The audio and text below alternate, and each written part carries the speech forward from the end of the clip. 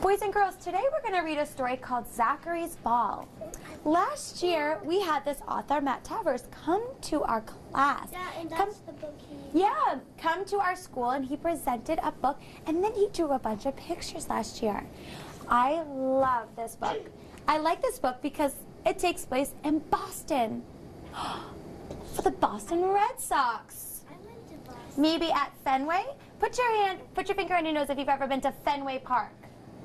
Put your finger on your nose if you've ever been to Fenway Park where the Red Sox play.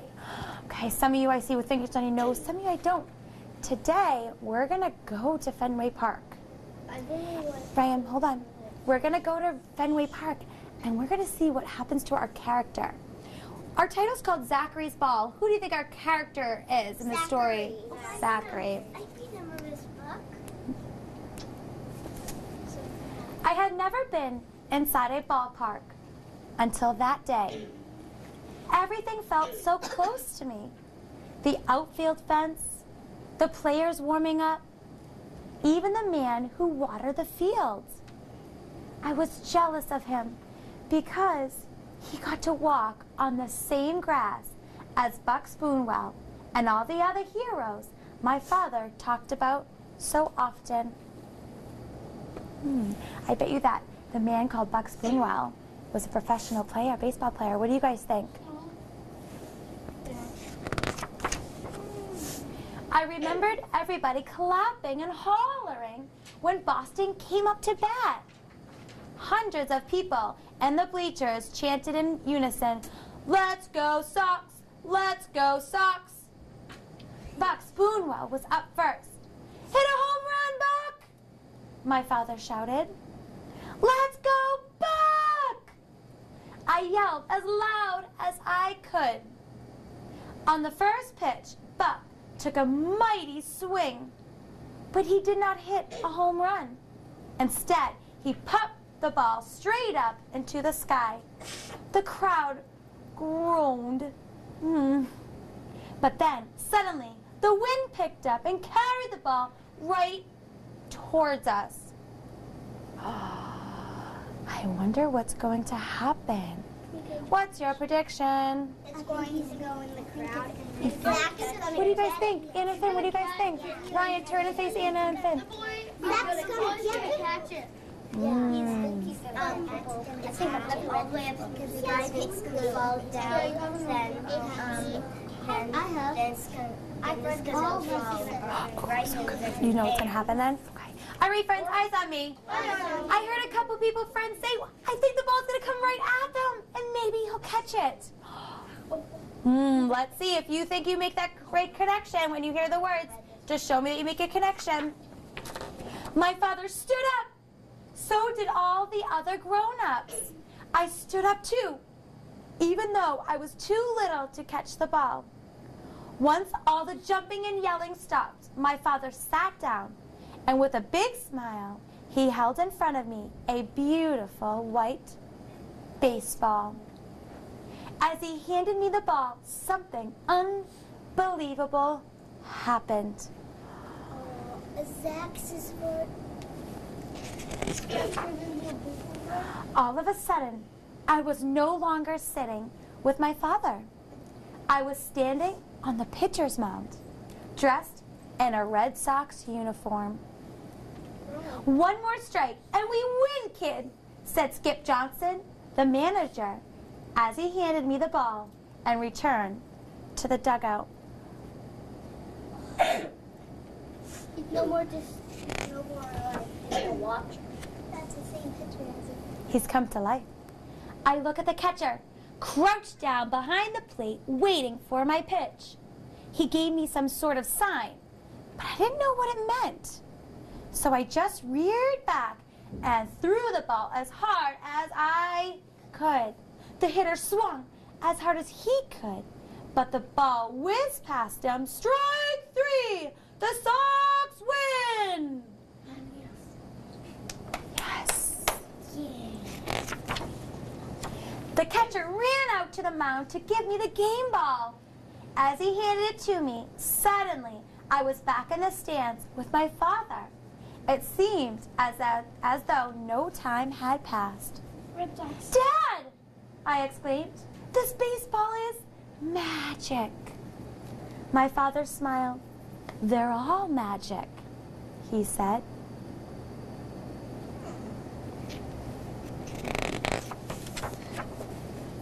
I wrote my name on the baseball as soon as I got home that day. That night, I took my ball to bed with me, and each night from then on, I dreamed about baseball. One night, I was standing in left field at Fenway Park when New York's best hitter blasted a deep fly ball right towards me. I ran as fast as I could and dove for it, feeling the smack of the ball in my glove as I skidded across the outfield grass. That can hurt. Did you catch it? Yeah. Did you get them out? Yeah. Another night, I struck out the final batter in the 7th game of the World Series. My teammates all ran out to the mound and held me above their shoulders, while thousands of Red Sox fans stormed the field. How do you think he's feeling? Turn to your neighbor. How do you think he's feeling right now through all these dreams? Excited. Why? What do you think, Ryan? How do you think he's feeling? He's feeling like he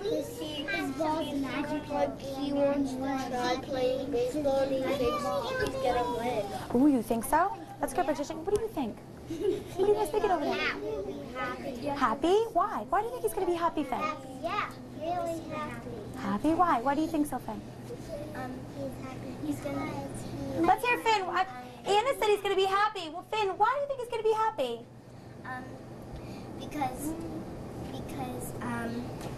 Because he might try to play baseball and he's gonna win. You think so? Kim, do you want to say something different? What do you want to say? Me and him got he was excited. He was excited? Well, why? Why is he excited? What's happening in all these dreams? When he won. And he won. All right, let's keep going. Then, one day, my baseball was gone. I looked in the drawer in my desk where I usually keep it. I looked all over my room. For weeks, I looked everywhere, but it was nowhere to be found. A few months passed, and finally, I gave up. He grew up. Maybe it was just a dream. Maybe it was a dream. Good prediction. I still dreamed of baseball.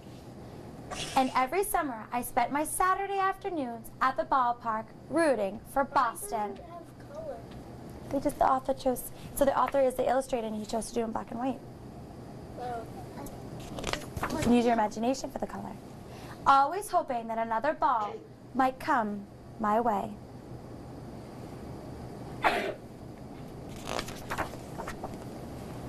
Years later, I was taking a walk in Boston down the ballpark. The heat was unbearable, so I stopped to rest in a tiny spot of shade. I gazed up at the big wall in front of me.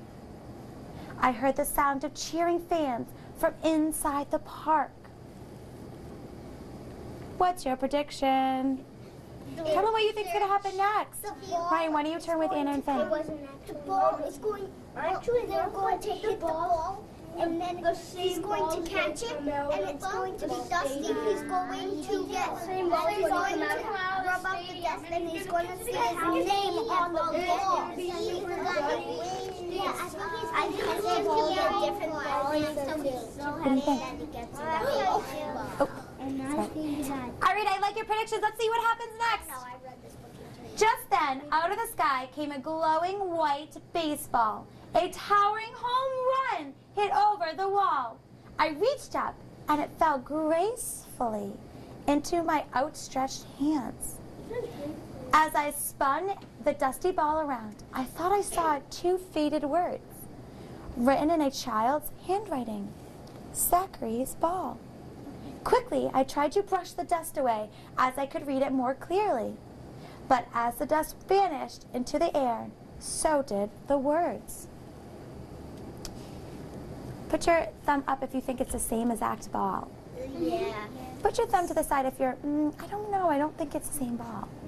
All right. see. Holding my new baseball, I thought back to the day when my father took me to my first game. I remember the gift he had given me. Now, I had caught a ball myself. I couldn't wait to tell him. As I turned to head home, I noticed a young girl holding her father's hands. She was staring at my baseball. Oh, he's I placed the ball in her hands. A moment later, she exclaimed, "This baseball is magic!" "I know," I answered. "They're all magic." That's weird. It's interesting, isn't it? This author makes you really think about it. Can the ball really be magic? Maybe there's things that you think that you have at home that might be magic. Pretty cool. Great, I'm going to read a second story about Valentine's Day. And Valentine's Day is right around the corner. It's in 2 days. And we love our Froggy books. They're fun. One of our favorite characters in our classroom is Froggy. And Froggy is silly. What are some of Froggy's character traits? Who remembers? Adele? Funny. He's funny, silly. Is he forgetful? Yes. He's forgetful, scared. He is scared. Okay, let's find out what happens. This is Froggy's First Kiss, written by Jonathan London.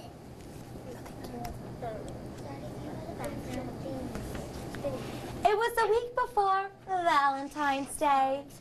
And for Froggy, Valentine's Day meant candy. But it also meant love. So thank you, friends. At school, Froggy's mind wandered. "Froggy!" cried his teacher, Miss Witherspoon. "What?" "Kindly pay attention, dear." He's trying to catch a camera. And that's when he saw the prettiest girl frog in the world, the new girl in class. Her name was Frogolina. And when she smiled at him, his insides got all soft and wiggly, like he'd had caterpillars for breakfast. Wow. "Froggy!" called his teacher. "What?" "Your eyes should be on your work, dear. It's not polite to stare." "Oops," said Froggy. There's the flyer. At recess, Frogolina smiled at him through the monkey bars. He was hanging upside down. And when he saw her, he fell smack on his head. Bonk! At lunch, Frogolina sat beside him. She smiled and opened her lunchbox. "I have a treat for you, Froggy. Close your eyes." And she gave him a big, juicy apple.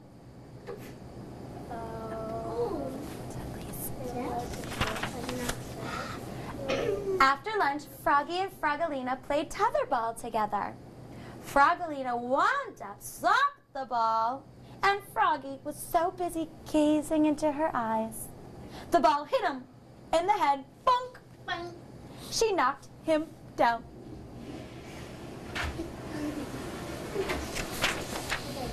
At lunch the next day, Frogolina smiled and opened her lunchbox. "I have a goodie for you, Froggy. Close your eyes." And she gave him a cookie shaped like a heart.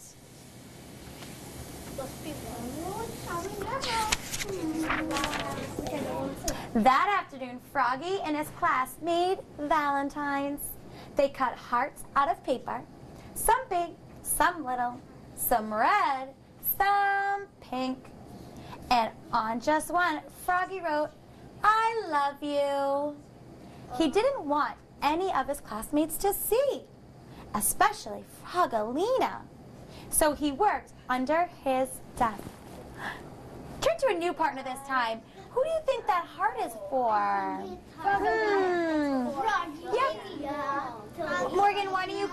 and Cameron. Who do you think this heart is for? That looks like it's for his mom. All right, come back over. If you think it's for his mom, put 2 thumbs up. If you think it's for Frogolina, put 2 thumbs to the side. I see a lot of thumbs to the side. Let's see what happens. Froggy! Called Miss Witherspoon. What? Please work at your seat, dear, and don't make such a mess.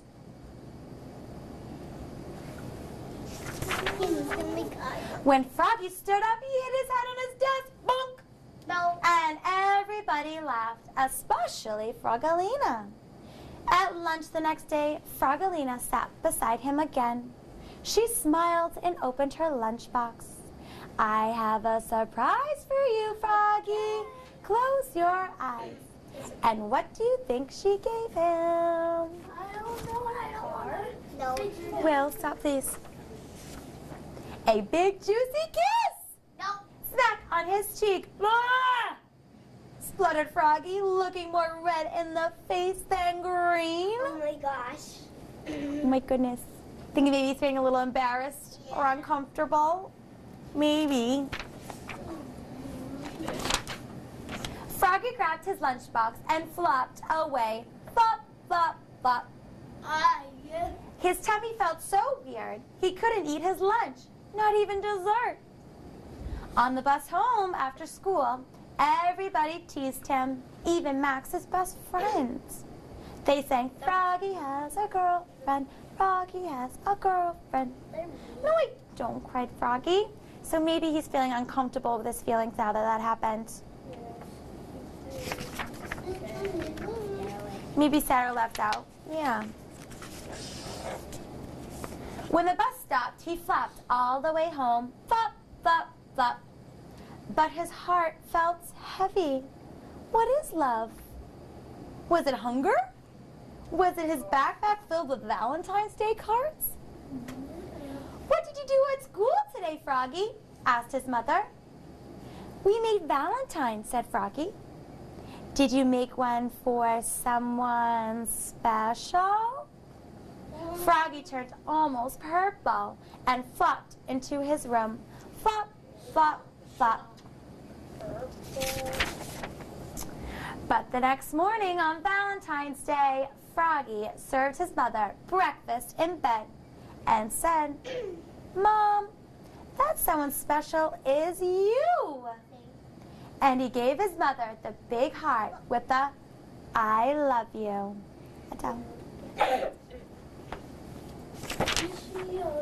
And his mother gave Froggy a whole bunch of kisses, candy kisses. Oh, yes. The end. He